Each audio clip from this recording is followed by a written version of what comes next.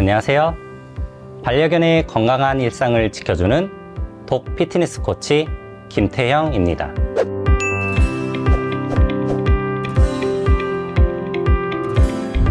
오늘은 우리 반려견들의 건강을 지키기 위해 꼭 필요한 운동에 대해 이야기해 보려고 합니다. 적절한 건강 관리의 가장 보편적인 방법은 산책입니다. 산책은 우리가 반려견과 가장 쉽게 접근하고 함께 할 수 있는 활동 방법입니다. 반려견에게 집 밖의 세상은 너무 자극적입니다. 냄새, 사람, 차, 다양한 소리, 공간, 그리고 친구들. 산책 시 너무 신기한 게 많다 보니 길을 걷다가 인사도 하고 냄새도 맡고 마킹도 하죠. 그래서 독 피트니스 코치들은 산책을 운동으로 보지 않습니다. 운동이 아닌 일상적인 활동에 불과하죠. 신체 활동과 운동은 서로 다른 개념을 설명하는 용어입니다.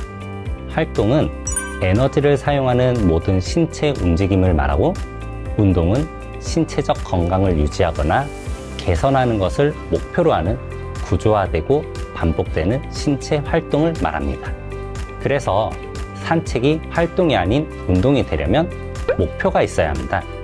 그 목표는 시간이 될 수도 있고 거리가 될 수도 있죠. 가령 20분 동안 걷는다든지 공원을 한 바퀴 돈다든지 말이죠.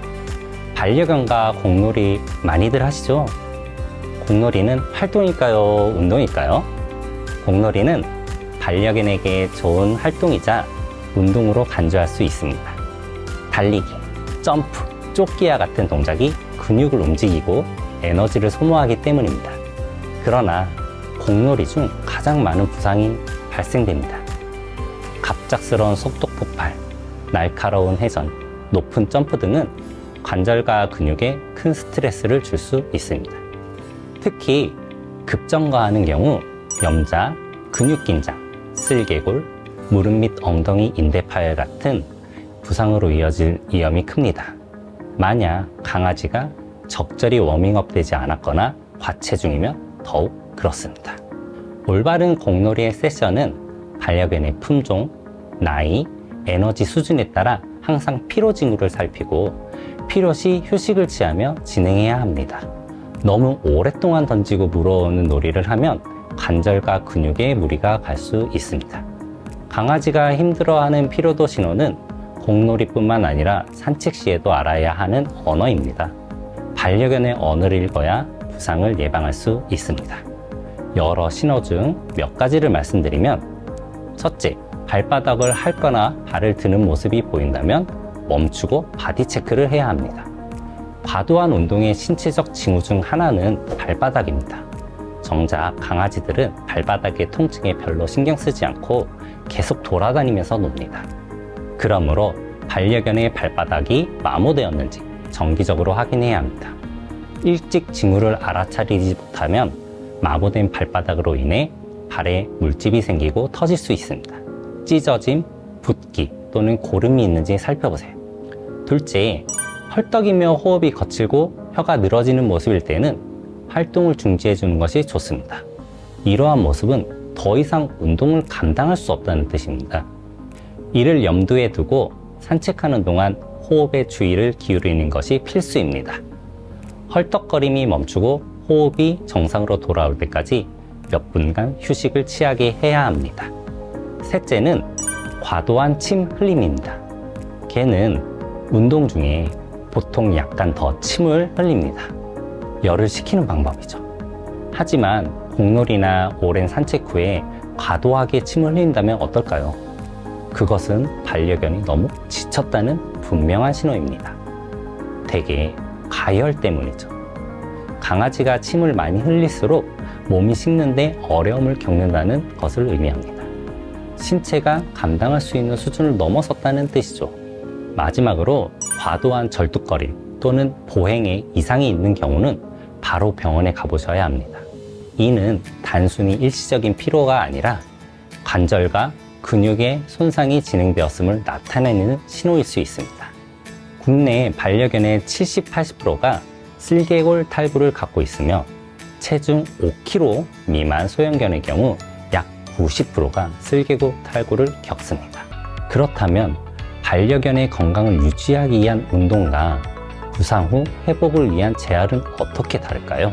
재활은 말 그대로 고장난 기능을 회복하는 것이고, 운동은 기존의 기능을 유지 또는 발전시키는 것이라고 볼 수 있습니다. 재활은 병원에서 의사나 물리치료사의 지도하에 이루어지며, 진단과 치료는 의료 전문가만이 할 수 있는 영역입니다. 반면 운동은 건강한 상태를 유지하거나 부상을 예방하기 위한 일상적인 활동입니다. 이제 반려견의 건강을 위해 전문적으로 진행되는 독 피트니스가 어떤 역할을 하는지 알아보겠습니다. 독 피트니스는 강아지의 신체적, 정신적 건강을 증진하기 위해 계획적으로 운동을 시키고 활동을 하는 것을 의미합니다. 강아지가 충분한 운동을 하지 않으면 비만, 행동 문제, 건강 이상 등의 문제가 발생할 수 있습니다. 따라서 독 피트니스는 강아지의 웰빙을 위한 중요한 요소입니다. 단순한 산책이나 활동보다 운동을 통해 강아지의 체력과 유연성을 높이고 스트레스를 줄이며 사회성과 협동심을 기를 수 있습니다. 사람의 운동 방법도 근력 운동, 지구력 운동 등 다양한 요소가 있는 것처럼 반려견 운동에도 여러 요소가 있습니다.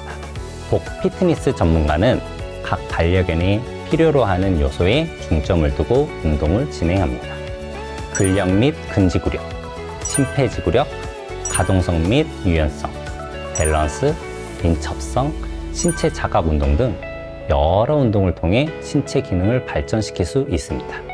여러 가지 운동기구들도 적절히 사용하여 운동하는 목적에 맞게 난이도를 조절해 독 피트니스를 진행하게 됩니다. 운동은 반려견의 건강을 위한 선물이자 보호자의 유대감을 강화하는 시간입니다. 올바른 독 피트니스는 반려견의 일상을 더욱 건강하게 만들어줍니다. 반려견의 상태에 맞는 운동을 해야만 안전하게 건강을 지킬 수 있다는 점 꼭 기억해 주세요. 다음 시간에는 좀 더 구체적인 독 피트니스 방법과 어떻게 진행하는지에 대해 다룰 예정이니까요. 기대해 주시기 바랍니다. 함께 해주셔서 감사합니다. 독 피트니스 코치 김태형이었습니다.